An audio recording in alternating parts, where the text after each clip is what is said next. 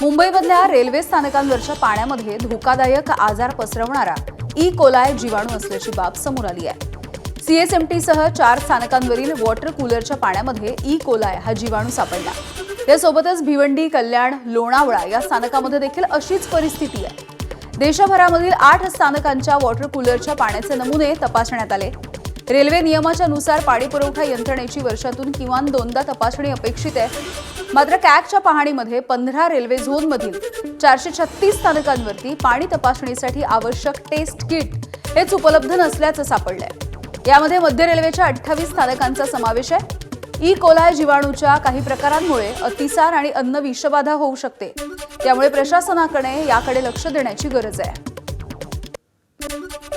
Bhiwandi railway स्थानक हजारो नागरिकांसाठी महत्त्वाचं स्थानक आहे। दररोज मोठ्या संख्येने नागरिक मुंबई, ठाणे, कल्याण या ठिकाणी जाण्यासाठी प्रवास करतात। त्यामुळे इथल्याही वॉटर कूलरच्या पाण्यामध्ये ई कोलाय हा जीवाणू आढळला, त्यामुळे नागरिकांच्या आरोग्याचा प्रश्न निर्माण झाला।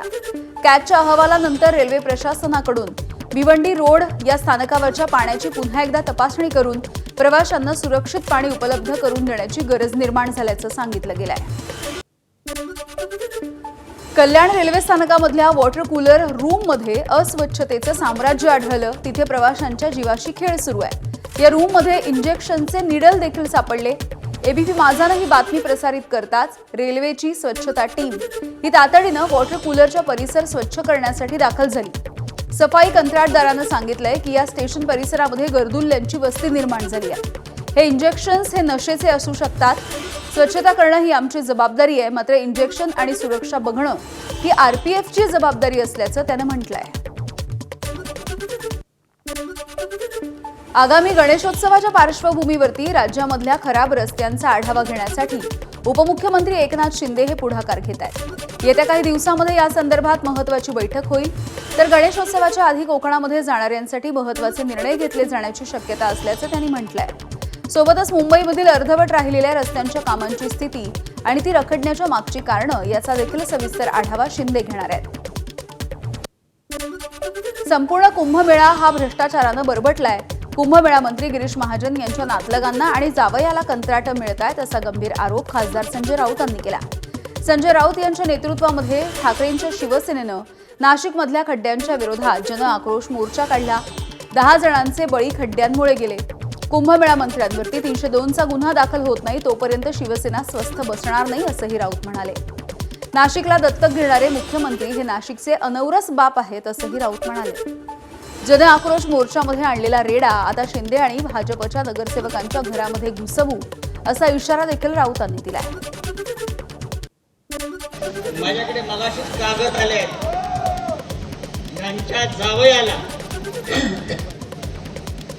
यांच्या जावयाला दुसऱ्या कंपनीच्या डुप्लिकेट नावाखाली मोठं कॉन्ट्रॅक्ट मिळालंय। चौधरी जावयाचं नाव 27 कोटी रुपये एकाच वर्षी त्याने खाल्ले आणि आमच्या पोरांचे बळी खड्ड्यामध्ये जात आहेत। मंत्री गिरीश महाजन यांनी संजय राऊत यांच्या या टीकेला प्रत्युत्तर दिलं। ठाकरे आणि राऊतांनी आधी एकतरी महानगरपालिका निवडून आणून दाखवावी, तर कुंभमेळ्याला बदनाम करण्यासाठी भ्रष्टाचाराचे खोटे आरोप केले जात आहेत असं देखील गिरीश महाजन म्हणाले। राऊतांना म्हणा, एखादी महापालिकेनं निवडून या। 17 महापालिका झाल्या, एक महापालिकेत लोक त्यांना निवडून देत नाही। त्यांचे खासदार आता सगळे सोडून दिलेले आहेत, आमदार त्यांच्या बरोबर नाहीत। त्यांनी किती वल्गना केल्या आणि त्यांनी किती अशी जुमलेबाजी केली शब्दांची, तर लोकांचा विश्वासच नाही त्यांच्यावर। 2.5 वर्षाचा कार्यकाळ उद्धवजींचा लोकांनी बघितलेला आहे। या काळामध्ये तुम्ही काय केलं ते बोलायला लावू नका। एक दिवस घराच्या बाहेर निघाले नाही, एक दिवस मंत्रालयात आले नाही, एक दिवस विधानसभेमध्ये तुम्ही आले नाही, तुम्ही कसल्या गोष्टी करतायत। पुण्यातल्या चाकणमधल्या उद्योजकांनी स्थलांतराच्या मुद्द्यावरून यू टर्न घेतलाय। चाकण औद्योगिक वसाहतीमधल्या रस्त्यांची दुरावस्था, वाहतुकीची कोंडी आणि पायाभूत सुविधांच्या प्रश्नावरून उद्योजकांमध्ये नाराजी व्यक्त केली होती। स्वतः उद्योगमंत्री उदय सामंत यांनी उद्योजकांच्या सोबत बैठक घेतली आणि उद्योजकांना न्याय देणार असल्याचं आश्वासन दिलं। शिवाय चाकणमधील खड्डे 31 ऑगस्टपर्यंत अत्याधुनिक तंत्रज्ञानाने बुजवणार असंही उदय सामंत म्हणाले। काम न करणारे कंत्राटदार ब्लॅकलिस्ट होणार असा इशारा देखील सामंतांनी दिलाय। दरम्यान सामंतांच्या आश्वासनानंतर उद्योजकांनी माघार घेऊन स्थलांतर न करण्याचा निर्णय घेतलाय. सर्वप्रथम एक जो पहिला महत्त्वाचा मुद्दा होता की चाकणमधल्या वाहतूक कोंडीचा, तर वाहतूक कोंडीमध्ये देखील शॉर्ट टर्म, मिड टर्म आणि लाँग टर्म अशा पद्धतीचे आम्ही निर्णय घेतले. त्याच्यामधला पहिला जो निर्णय आहे तो निर्णय म्हणजे कुठच्याही परिस्थितीमध्ये RMC सारखं अत्याधुनिक मटेरियल वापरून हे जे पहिले खड्डे पडलेले आहेत ते खड्डे दुरुस्त करण्याचा निर्णय 31 ऑगस्टपर्यंत हा आज बैठकीमध्ये घेण्यात आला. दरम्यान दुसरीकडे चाकण MIDC प्रमाणे हिंजवडीचं IT पार्क देखील अनेक समस्यांनी ग्रासलेलं आहे. इथल्या 800 कंपन्यांकडून सरकारला 30,000 कोटी रुपयांचा महसूल मिळतो, पण इथल्या 5 लाख कर्मचाऱ्यांच्या नशिबी वाहतूक कोंडी आणि खड्डे येतात. या कोंडीमधून सुटका करून घेण्यासाठी मेट्रो देखील उभारण्यात आली, पण गेली 1.5 वर्षांपासून ही मेट्रो तारीख पे तारीखमध्ये अडकून पडली आहे. MIDC पुणे, PMRDA, राष्ट्रीय महामार्ग, पुणे आणि पिंपरी चिंचवड पालिका, ग्रामपंचायती अशा वेगवेगळ्या संस्थांमुळे समन्वयाचा अभाव बघायला मिळतोय. परिणामी इथल्या समस्या सुटत नाहीयेत. त्यामुळे चाकणप्रमाणे सरकारनं IT पार्क हिंजवडीकडे लक्ष देण्याची गरज आहे. महाराष्ट्र आणि मध्य प्रदेश या 2 राज्यांना जोडणारा महामार्ग भंडारा जिल्ह्यामधल्या तुमसर शहरातून जातो. मात्र मध्य प्रदेशच्या बालाघाटकडे जाणाऱ्या या मार्गावरती तुमसर शहरामध्ये नव्हे तर ठिकठिकाणी भले मोठे खड्डे पडले. याच महामार्गावरती तुमसर शहरात राज्यामध्ये सत्ताधारी असलेल्या राष्ट्रवादी काँग्रेसचे आमदार राजू कारेमोरे यांचं जनसंपर्क कार्यालय देखील आहे. रत्नागिरीतल्या चिपळूण रेल्वे स्थानकामधून शहराकडे जाणाऱ्या मार्गावरती मोठे खड्डे पडले, मोठा त्रास सहन करावा लागतो. खड्ड्यामध्ये रिक्षा आपटून नादुरुस्त होणं, गाड्यांचे स्पेअर पार्ट निकामी होणं, सोबतच इतर वाहन चालकांचे होणारे अपघात हे देखील चिंतेचा विषय आहेत. या रस्त्याच्या डागडुजीच्या संदर्भात वारंवार तक्रारी करूनही रस्त्याच्या मालकीच्या संदर्भात रेल्वे प्रशासन आणि जिल्हा प्रशासन उदासीन आहे. यांच्यामधल्या या वादामुळे रस्त्यांची चाळण झाली आहे. दररोज 15 ते 20 रेल्वे या स्थानकामध्ये थांबतात, त्यामुळे लाखो प्रवासी इथूनच शहरामध्ये जातात. मात्र रस्त्यांची अवस्था अत्यंत बिकट आहे, त्यामुळे मोठी समस्या निर्माण झाली आहे. चंद्रपूर जिल्ह्यातल्या जिवती तालुक्यातील घोडणकप्पी गावामध्ये रस्त्याच्या अभावी 25 वर्षाच्या गर्भवती महिला संगीता गेडाम हिचा मृत्यू होऊन 2 महिने उलटले आहेत. तरी देखील प्रशासनाला अद्यापही जाग आलेली नाही. 8व्या महिन्यामध्ये घरीच प्रसूती झाल्याच्या नंतर संगीता गेडाम यांना मोठ्या प्रमाणावरती रक्तस्राव झाला. खराब रस्त्यांमुळे रुग्णवाहिका गावामध्ये पोहोचू शकली नाही आणि त्यातच तिचा मृत्यू झाला. अखेर प्रशासनाच्या प्रतीक्षेमध्ये न राहता गोंदोलो सामुका या सामाजिक संघटनेच्या नेतृत्वाखाली आदिवासी बांधव आणि गावकरी एकत्र आलेत.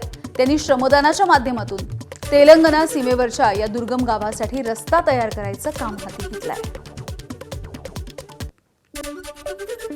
सिंहस्थ कुंभमेळ्याच्या पार्श्वभूमीवरती त्र्यंबकेश्वर इथल्या उपजिल्हा रुग्णालय इमारत पाडली जाणार आहे. प्रस्तावित दर्शनपथ तयार करण्यासाठी त्र्यंबकेश्वर उपजिल्हा रुग्णालय पाडण्याचा निर्णय प्रशासनाने घेतला. शहरामधून 4 किलोमीटर अंतरावरती भाडेतत्वावरती सध्या हे रुग्णालय स्थलांतरित करण्यात आलंय. रुग्णालयाच्या परिसरामध्ये दर्शनपथ तयार करण्याचा निर्णय प्रशासनाकडून घेण्यात आला. रुग्णालय गावाबाहेर नेऊ नये यासाठी स्थानिकांनी नाराजी व्यक्त केली आणि विरोधही दर्शवलाय. कुंभमेळ्याच्या नावानं फसवणुकीचा आणखी एक प्रकार उघडकीस आलाय. मालेगावच्या एका व्यावसायिकाला 30 कोटी रुपयांच्या बनावट टेंडरचं आमिष दाखवून 50 लाख रुपये घेतले. बनावट शासकीय लेटरहेड, वर्क ऑर्डर आणि विभागीय आयुक्तांची डिजिटल स्वाक्षरी वापरल्याचा आरोप आहे. 15 लाख परत केल्याच्या नंतर उर्वरित 35 लाख न दिल्यामुळे नाशिक रोड पोलिसांमध्ये गुन्हा दाखल करण्यात आला. जामनेरमधून 6 जणांना या प्रकरणामध्ये अटकही करण्यात आली आहे. मीरा रोड भाईंदर इथल्या गोल्डन नेस सिग्नल जवळ लाद्यांचा गठ्ठा कोसळल्याची धक्कादायक घटना घडली. या दुर्घटनेमध्ये स्कूल व्हॅनमधले विद्यार्थी थोडक्यात वाचले. मेट्रोच्या कामासाठी जमिनीवरती लावण्यात येणाऱ्या लाद्या या क्रेनच्या सहाय्याने वर चढवल्या जात होत्या. मात्र क्रेनमधून लाद्यांचे गठ्ठे नेत असताना ते अचानकपणे खाली कोसळले. त्याच वेळेला खाली रस्त्यावरून एक खासगी शाळेची व्हॅन जात होती. लाद्यांचा गठ्ठा व्हॅनच्या जवळ कोसळला. सुदैवानं मोठी दुर्घटना टळली. मात्र मेट्रोचं काम करत असताना ठेकेदाराकडून सुरक्षेची योग्य काळजी घेतली गेली नसल्याचा आरोप मनसेनं केलाय. जोपर्यंत या ठेकेदारावरती कारवाई होत नाही तोपर्यंत काम बंद ठेवण्याचा इशारा मनसेकडून देण्यात आला. भाईंदर महानगरपालिका असू दे, MMRD असू दे, जे कुमार असू दे, यांच्यावर गुन्हा दाखवलेला पाहिजे. वारंवार कृत्य करतायत, कोणी दुर्लक्ष, सगळे दुर्लक्ष करतायत, पोलीस स्टेशनची साथ नाही. त्यामुळे मला असं वाटतं याच्यावर गुन्हा दाखवलेला पाहिजे. आमची मागणी आहे, जोपर्यंत गुन्हा दाखवला तोपर्यंत आम्ही काम चालू करायला देणार नाही, हे तुमच्या माध्यमातून सांगतो. पालघरच्या बोईसर तारापूर औद्योगिक कार्यक्षेत्रामधील विराज प्रोफाईल कंपनीच्या SMS1 या प्लांटमध्ये सकाळी 11 वाजण्याच्या सुमारास भीषण असा स्फोट झाला. या स्फोटामध्ये एक कामगार गंभीररित्या जखमी झालाय. त्याला बोईसरच्या खासगी रुग्णालयामध्ये दाखल करण्यात आलं. हा स्फोट इतका भीषण होता की कारखान्याचे पत्रे पूर्णपणे निखळले. सिक्युरिटी केबिनच्या काचा देखील फुटल्या. आदिवासी विकास मंत्री अशोक उईकेंनी यवतमाळ जिल्ह्यामधील कापरा आणि हिवरी इथल्या शासकीय आदिवासी आश्रमशाळेला अचानकपणे भेट दिली. या झडतीच्या दरम्यान शिक्षकांच्या तुलनेमध्ये विद्यार्थी संख्या कमी असल्याचं आढळलं. यावरती नाराजी व्यक्त करत त्यांनी शाळा प्रशासनावरती तात्काळ कडक कारवाई करण्याचे निर्देश प्रकल्प अधिकाऱ्यांना दिले. या पाहणीमध्ये मंत्र्यांनी मुलींचं वसतिगृह, भोजनालय, स्वयंपाकगृह आणि वैद्यकीय कक्षाची पाहणी केली आहे. तसंच त्यांनी विद्यार्थ्यांसोबत थेट संवाद साधून वसतिगृहामधील सुविधा, समस्या आणि अपेक्षा जाणून घेतल्या आणि आवश्यक त्या सूचना देखील दिल्या. माजी मंत्री वसंतराव पुरके यांच्या यवतमाळ जिल्ह्यामधील मारेगाव इथल्या आश्रमशाळेमधल्या विद्यार्थिनींच्या स्नानगृहाला दरवाजेच नसल्याची धक्कादायक घटना समोर आली आहे. आदिवासी विकास विभागाच्या पाहणीमध्ये हे धक्कादायक वास्तव समोर आलं. दरवाजे नसल्याचा अहवाल आदिवासी विभागाकडे सादर करण्यात आला. दरम्यान मुलांच्या वसतिगृहामध्ये 177 विद्यार्थ्यांसाठी 15 बेड्स आहेत. त्यामुळे 70% मुली देखील जमिनीवरती झोपतात. तसंच काही खिडक्या बंद होतच नाही आहेत, खिडक्यांना जाळ्या नाही आहेत. त्यामुळे साप आणि इतर प्राणी आतमध्ये शिरण्याची भीती आहे. गडचिरोली आश्रमशाळेमध्ये सर्पदंशाची घटना घडल्याच्या नंतर आदिवासी विकास विभागाकडून आश्रमशाळांची पाहणी सध्या सुरू झाली आहे. दरम्यान आश्रमशाळेच्या तपासणीमध्ये हे धक्कादायक वास्तव समोर आल्याच्या नंतर वसतिगृह अधीक्षक प्रवीण कडमथे आणि ही ज्यांची शाळा ते माजी मंत्री वसंत पुरके यांनी प्रतिक्रिया दिली. वसतिगृह अधीक्षकांनी शाळेमध्ये नसलेल्या सुविधांचा पाढा वाचला, तर माजी मंत्री वसंत पुरकेंनी आदिवासी मंत्र्यांकडून काही अपेक्षा देखील व्यक्त केल्या. मुलांना बेडची अपुरी व्यवस्था आहे, पण अध्यक्षांनी 100 बेडची ऑर्डर दिलेली आहे. उद्यापासून त्याचं काम सुरू होईल जाईल. 10 ते 15 दिवसात त्याचं काम पूर्ण होऊन जाईल. किती विद्यार्थी बेडवर झोपतात? विद्यार्थी मुली आता 15 बेड असल्यामुळे 15 बेडवरती 60 विद्यार्थी झोपतात. बाकी त्यांना गाद्या आणि सतरंजा दिलेल्या आहेत, चादरी वगैरे, आणि ते फ्लोरिंगवर सध्या फ्लोरिंगवर झोपतात. मंत्री म्हणून त्यांची प्रायव्हेट प्रॉपर्टी नाही, म्हणून प्रत्येक शाळेमध्ये गेलं पाहिजे. मी मंत्री असताना कुठल्याही शाळेमध्ये जातो, लोकांना कळून चुकलं की आमच्या शाळेमध्ये येतात. सुपरविजनशिवाय खऱ्या अर्थाने अपलिपमेंट होत नाही. आणि म्हणून शासकीय आणि अनुदानित आश्रमशाळेमध्ये कुठल्याही प्रकारचा भेदाभेद न करता पदभरती केली पाहिजे, राहिलेले पदं भरल्या गेली पाहिजे, आणि सगळ्या अनुषंगिक सुविधा आहेत किंवा नाही हे त्यांनी सुचवलं पाहिजे. नशील कारवाई म्हणजे उचित कारवाई करता त्या संस्थेवर कारवाई केली पाहिजे, या मताचा मी आहे. गडचिरोली जिल्ह्यामधल्या जपतला इथल्या आश्रमशाळेमध्ये सर्पदंश झाल्याच्या घटनेमधील आणखी एका विद्यार्थिनीला नागपूरच्या शासकीय वैद्यकीय रुग्णालयामध्ये दाखल करण्यात आलं. आधी तिच्यावरती गडचिरोलीमधल्या रुग्णालयात उपचार सुरू होते. मात्र 15 ऑगस्ट रोजी तिला श्वास घ्यायला त्रास होत असल्यामुळे तिला नागपूरच्या शासकीय वैद्यकीय रुग्णालयामधल्या PICU मध्ये दाखल करण्यात आलेलं आहे. डॉक्टरांच्या मते तिच्यावरती सर्पदंश झाल्याचे स्पष्ट व्रण दिसत नसले तरी तिच्या शरीरामध्ये सर्पदंशानंतरची सगळी प्रमुख लक्षणं दिसून येत आहेत. 15 ते 20 कोटी रुपयांचा पैशांचा पाऊस पाडण्यासाठी अल्पवयीन मुलीचा बळी देण्याचा भयानक असा कट पोलिसांनी उधळला. महाराष्ट्र, आंध्र प्रदेश, कर्नाटक इथले 15 जण या अघोरी कटात सहभागी झाले होते. पैशांचा पाऊस पाडण्यासाठी लक्ष्मीपूजेच्या नावाखाली 15 जणांनी हा कट आखला. स्वातंत्र्य दिनाच्या दुसऱ्याच दिवशी म्हणजे 16 ऑगस्टला पहाटे 2 वाजण्याच्या सुमाराला लातूर उदगीर मार्गावरच्या करडखेल पाटीजवळचा हा सगळा प्रकार आहे. या अघोरी पूजेमध्ये एका 15 वर्षांच्या मुलीचा बळी देण्याचा कट होता. मात्र पोलिसांना वेळीच टीप मिळाली आणि पोलिसांनी धाव घेऊन हा कट उधळलाय. 15 जणांच्या विरोधात गुन्हा दाखल करण्यात आला. 13 जणांना ताब्यात घेण्यात आलं. या प्रकरणी महाराष्ट्र नरबळी आणि इतर अमानुष, अनिष्ट, अघोरी प्रथा आणि जादूटोणा प्रतिबंधक कायद्यासह पोक्सो कायद्याच्या अंतर्गत 15 जणांच्या विरोधात गुन्हा दाखल करण्यात आला.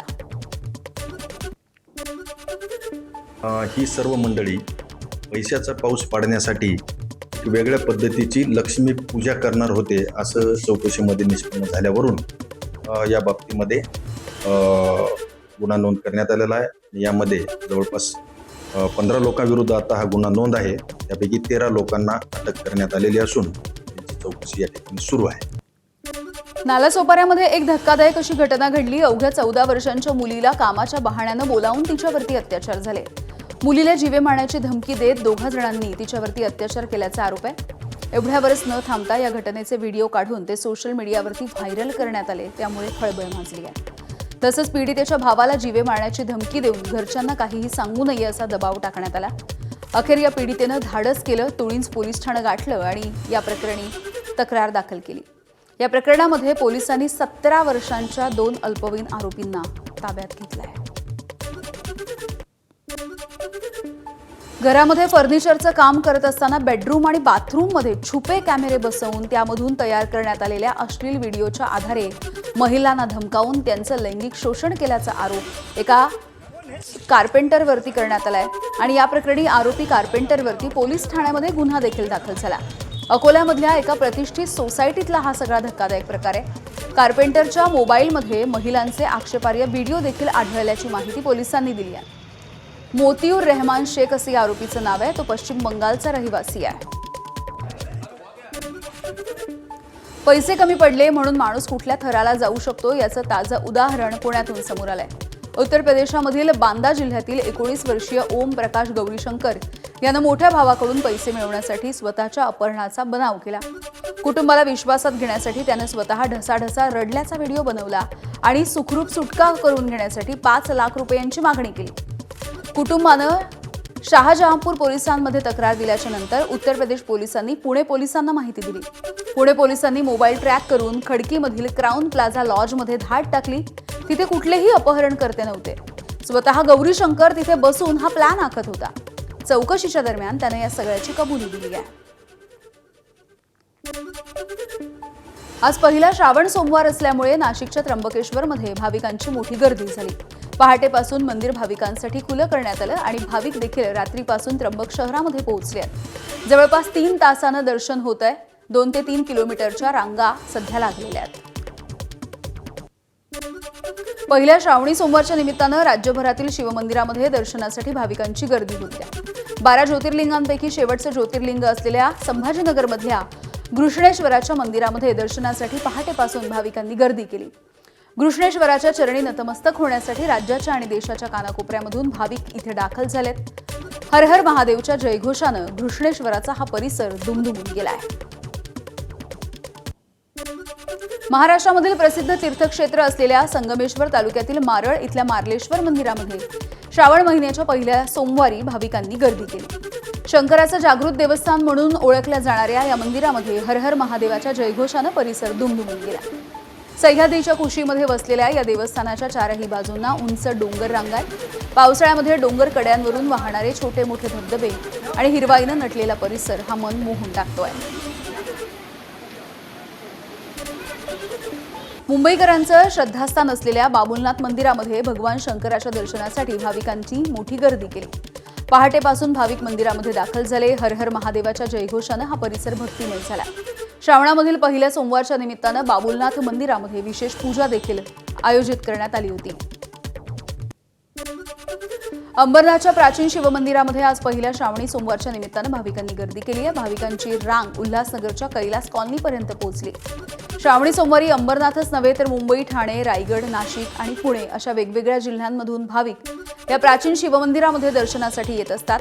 याच पार्श्वभूमीवरती पोलिसांकडून चोख बंदोबस्त देखील ठेवण्यात आलेला आहे.